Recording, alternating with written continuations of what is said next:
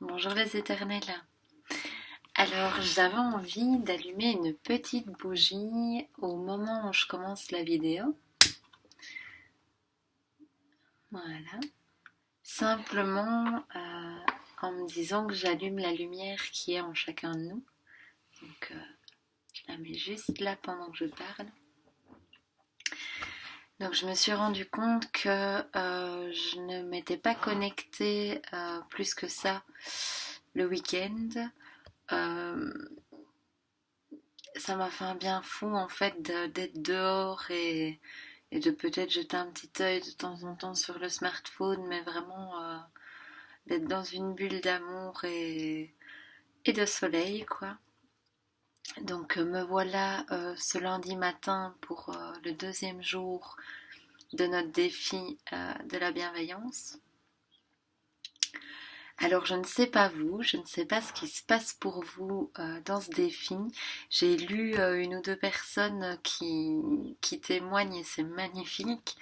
D'ailleurs je voulais dire à ces personnes que vous êtes fabuleuses, quoi, de vous suivre, de vous sentir, de ressentir ce que vous partagez, ce que vous êtes. C'est plusieurs personnes exprimées dans les réponses.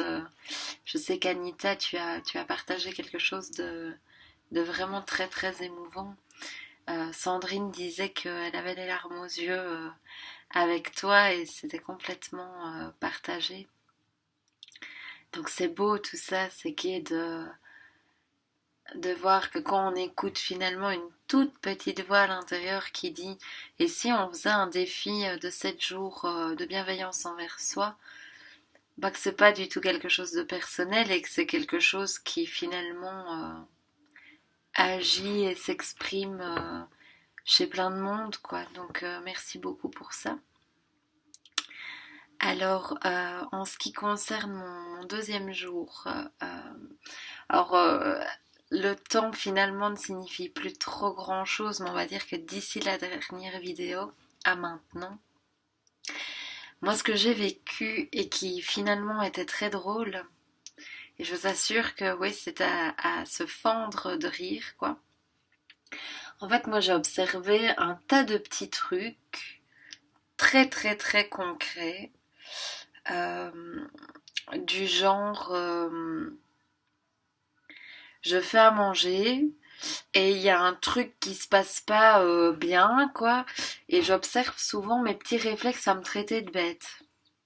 Donc, je sais pas, hein, je transverse de ma poêle à mon assiette, il y a un bout de légume qui tombe à côté de l'assiette. Ben c'est quand même, il y a quand même un réflexe qui se fait dans ma bouche assez de manière récurrente. C'est vraiment oh que t'es bête ou. Mais alors le pire c'est que je me parle à moi-même en disant que tu es bête. Donc ça c'est intéressant, c'était vraiment une chose. Alors que je suis vraiment dans un moment agréable, hein, mais dès qu'il y a un petit couac, un petit truc, j'ai perçu ça pas mal.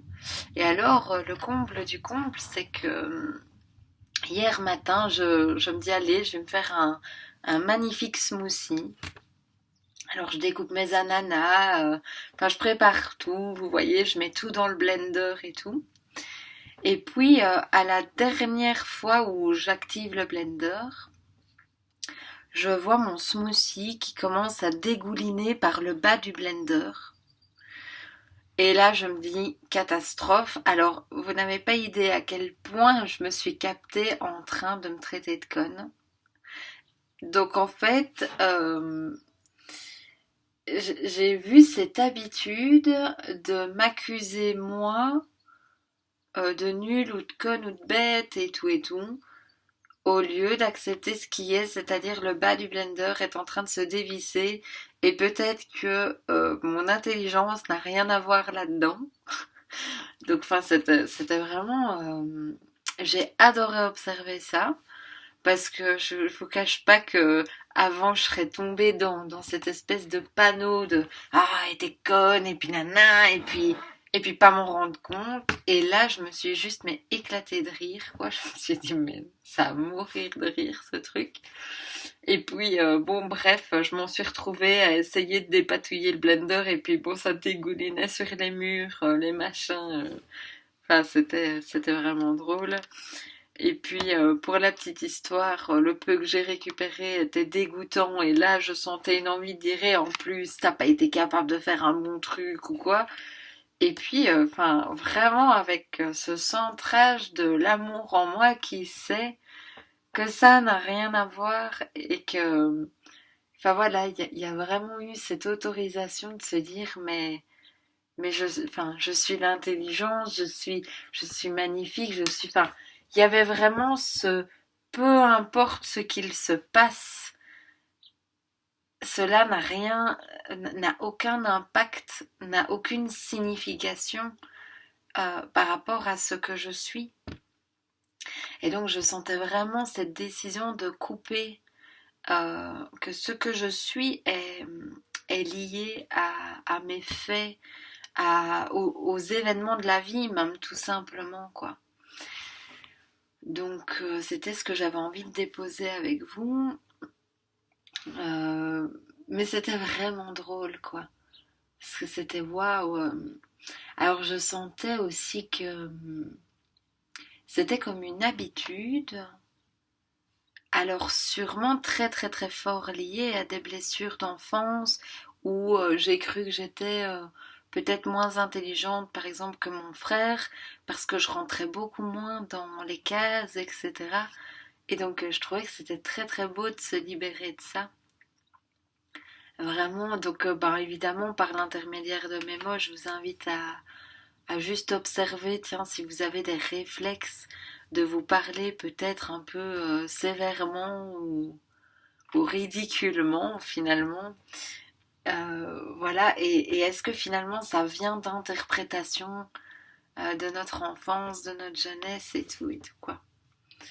Voilà, voilà, voilà.